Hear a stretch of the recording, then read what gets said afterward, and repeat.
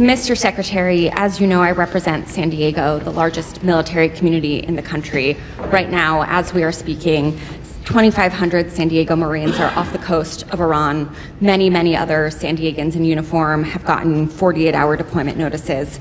So this war in Iran is not theoretical for me or for my constituents. It's deeply personal. As you also know, on Easter Sunday, President Trump threatened to destroy Iran's bridges and power plants, writing, quote, "Open the fucking strait, you crazy bastards, or you'll be living in hell. Just watch." And 2 days later, President Trump wrote, quote, "A whole civilization will die tonight, never to be brought back again. I don't want that to happen, but it probably will." My office's phones have been ringing off the hook. I've heard from so many military families concerned about the president's mental fitness and whether he's fit to serve as our commander-in-chief, given that he's sending their loved ones into harm's way.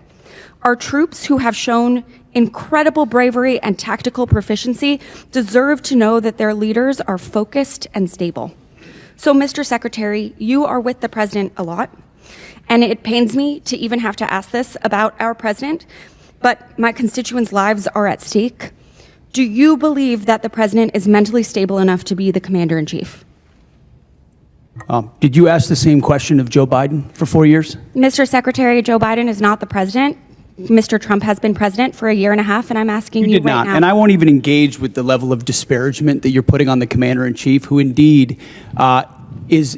Mr. Secretary, every single day. Mr. Secretary, Biden is not the president. He's the sharpest, most insightful commander-in-chief we've had in generations.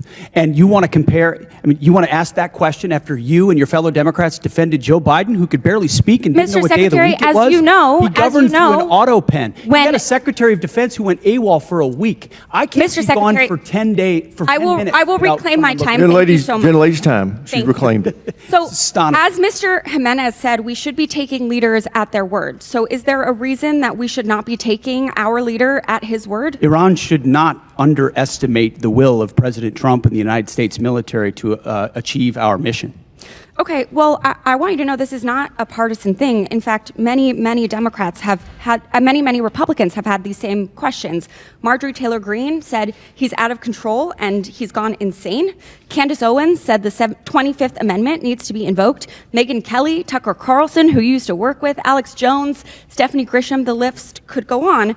So how do I explain to my constituents that while they are in harm's way, their commander-in-chief is posting these unhinged posts?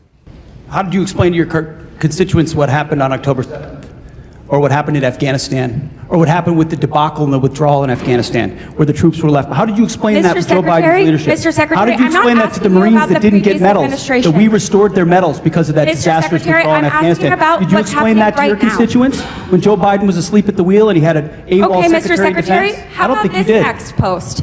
How can I explain this next post to my constituents? I'm Jewish, so this doesn't really bother me, but my understanding is that this is quite offensive to many Christians. So how do you explain this post? I'm not here to explain posts. We have an incredible commander-in-chief who puts Mr. our troops first. I'm here for a budget hearing about our troops. This is historic budget that's giving us a chance to defeat Mr. Secretary, our adversaries. Mr. President Secretary, Trump is doing that this in is my world-class fashion. This is about Gentlelady our has reclaimed her troops. time, Mr. Secretary. This is about our troops. This is about who is commanding our troops and if our troops can trust that they are being sent into harm's way under good strategy. The mental stability of our commander-in-chief is deeply important to our troops. It's deeply important to this country. It wasn't important to you during Joe Biden. I'll remind you that when there were concerns, Democrats came together, and he was not our nominee for president. So I encourage you to have the same courage that Democrats had. Mr. Secretary, you keep saying that he is the best commander-in-chief we've ever had, the best negotiator. Talk to the troops. 13 American troops have died. More than 380 have been wounded. The Strait of Hormuz, which was wide open, is now closed. Less than 90% of traffic through the strait is still not going despite the ceasefire.